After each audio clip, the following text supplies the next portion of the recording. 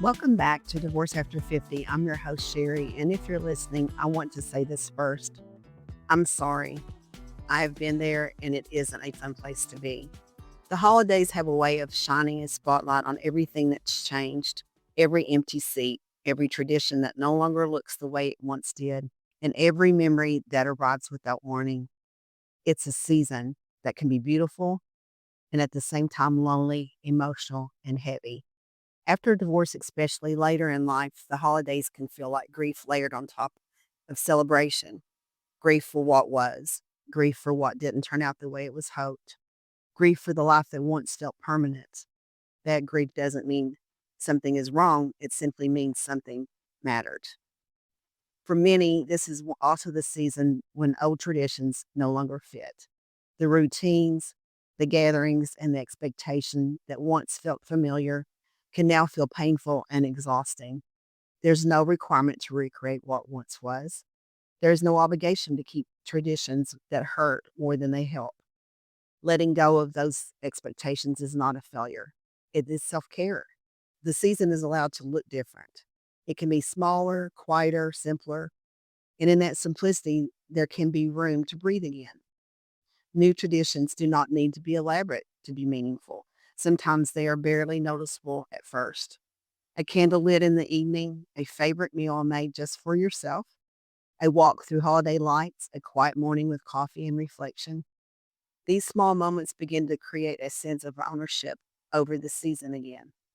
They belong to who you are now, not to who you used to be. For those with children and grandchildren, the holidays can also become an opportunity to focus less on how things used to be and more on creating experiences. Experiences tend to matter more than gifts. Baking cookies together, decorating a small tree, reading holiday stories, watching a favorite movie, going to see the lights, or simply spending unhurried time together. These moments create memories that feel warm and safe, even when family structures have changed. Sometimes the most meaningful experiences are the simplest ones where laughter happens naturally and expectations are low. Children and grandchildren often remember how they felt more than what was wrapped under the tree. One of the hardest parts of the holidays after divorce is the quiet, the pauses between plans, the stillness of an empty home, the times when you feel like everyone else has somewhere else to be. That quiet can feel heavy and it doesn't have to be faced alone.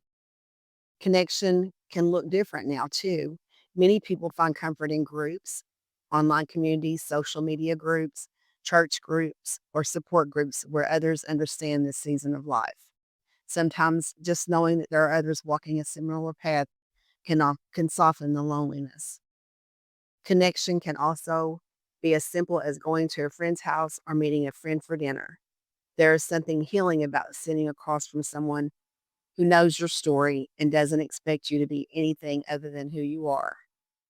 For some, meaning is found in showing up where human connection is needed. Visiting a nursing home or assisted living facility where many people rarely receive visitors, helping at a homeless shelter, volunteering in places where people are longing to be seen and acknowledged.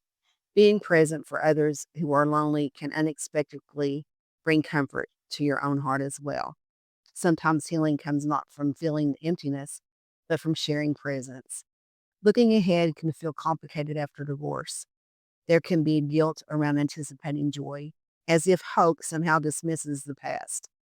But looking forward does not erase what was lost. It simply recognizes that life continues. Planning something to look forward to, no matter how small, can gently remind the heart that there is still movement ahead.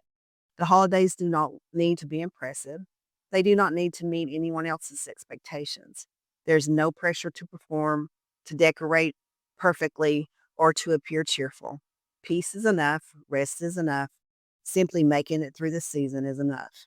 Joy, when it returns, often does so quietly in a moment of laughter, in a sense of calm, in a small realization that the weight is not heavy as it once was. Joy does not mean everything is healed, it means healing is happening.